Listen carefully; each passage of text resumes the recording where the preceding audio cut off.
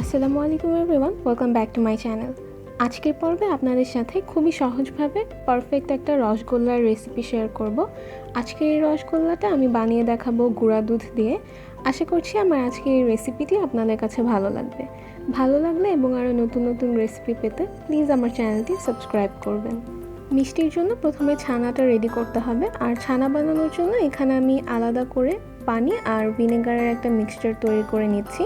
এখানে আমি 4 টেবিল চামচ পানির সাথে 2 টেবিল চামচ হোয়াইট ভিনেগার বা সাদা সিরকা মিক্স করে নিচ্ছি। মিক্স করা হয়ে গেলে এটাকে একটা সাইডে রেখে দিচ্ছি। এবার একটি প্যান অ্যাড করে দিচ্ছি আমি 3 কাপ পরিমাণ পানি। দিয়ে দিচ্ছি এখানে 1 কাপ পরিমাণ ফুল ক্রিম মিল্ক পাউডার। চেষ্টা করবেন ভালো ব্র্যান্ডের আর ফুল ফ্যাট বা full cream milk powder use করতে। খুব ভালোভাবে নেড়েচেড়ে মিক্স করে নিচ্ছি। এবার মিডিয়াম আঁচে এই দুধটাকে জাল করে নিতে হবে যতক্ষণ পর্যন্ত না খুব ভালোভাবে এটি ফুটে ওঠে। দুধটাতে বলক চলে আসলে চুলার সুইচটা অফ করে দিয়ে প্রায় 1 মিনিটের জন্য ওয়েট করতে হবে। 1 মিনিট পর এখানে আমি অ্যাড করে দিচ্ছি আগে থেকে রেডি করে রাখা ভিনেগার আর পানির মিক্সচারটি। এবার খুবই আলতো হাতে স্প্যাচুলার সাহায্যে হালকা হাতে নেড়ে নিতে হবে যতক্ষণ পর্যন্ত না দুধটা পুরোপুরি ছানা হয়ে যাচ্ছে। ছানাটা হয়ে গেছে। চেষ্টা করবেন যত তাড়াতাড়ি সম্ভব এই ছানাটিকে গরম পানি থেকে সরিয়ে ছেঁকে নিতে, কারণ গরম পানিতে বেশিক্ষণ রেখে দিলে কিন্তু ছানার টেক্সচারটা নষ্ট হয়ে যায় আর সেক্ষেত্রে মিষ্টি একদমই পারফেক্ট হবে না। ছানাটাকে আমি একটি চিজ ক্লথের উপর ঢেলে নিয়েছি।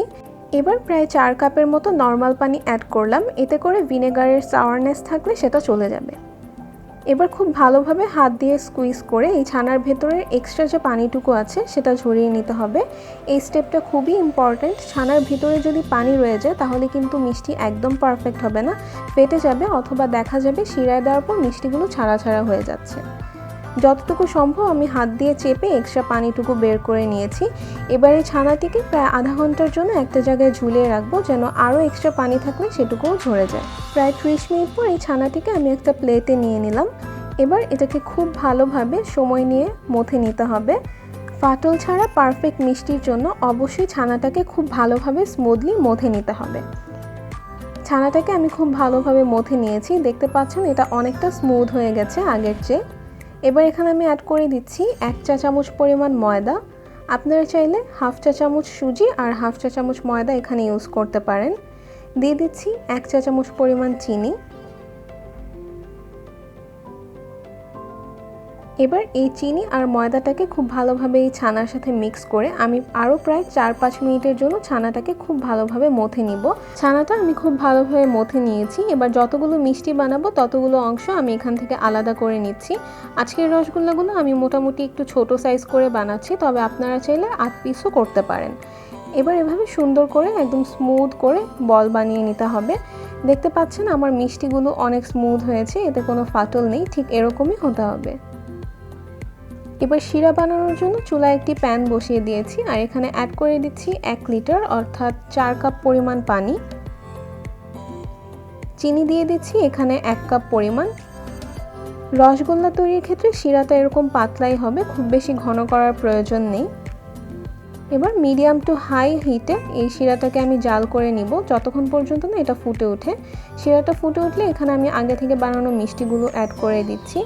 সবগুলো মিষ্টি অ্যাড করে নিয়ে আমি প্যানটাকে ঢেকে দিয়ে 10 মিনিট একদম হাই হিটে জাল করব। এর পরবর্তী 20 মিনিট মোটামুটি মিডিয়াম হিটে জাল করলে আমাদের রসগোল্লাগুলো রেডি হয়ে যাবে। প্যানটাকে আমি ঢেকে দিলাম, আর ঢাকনায় যদি কোনো ছিদ্র থাকে তাহলে সেটাকে বন্ধ করে দিবেন।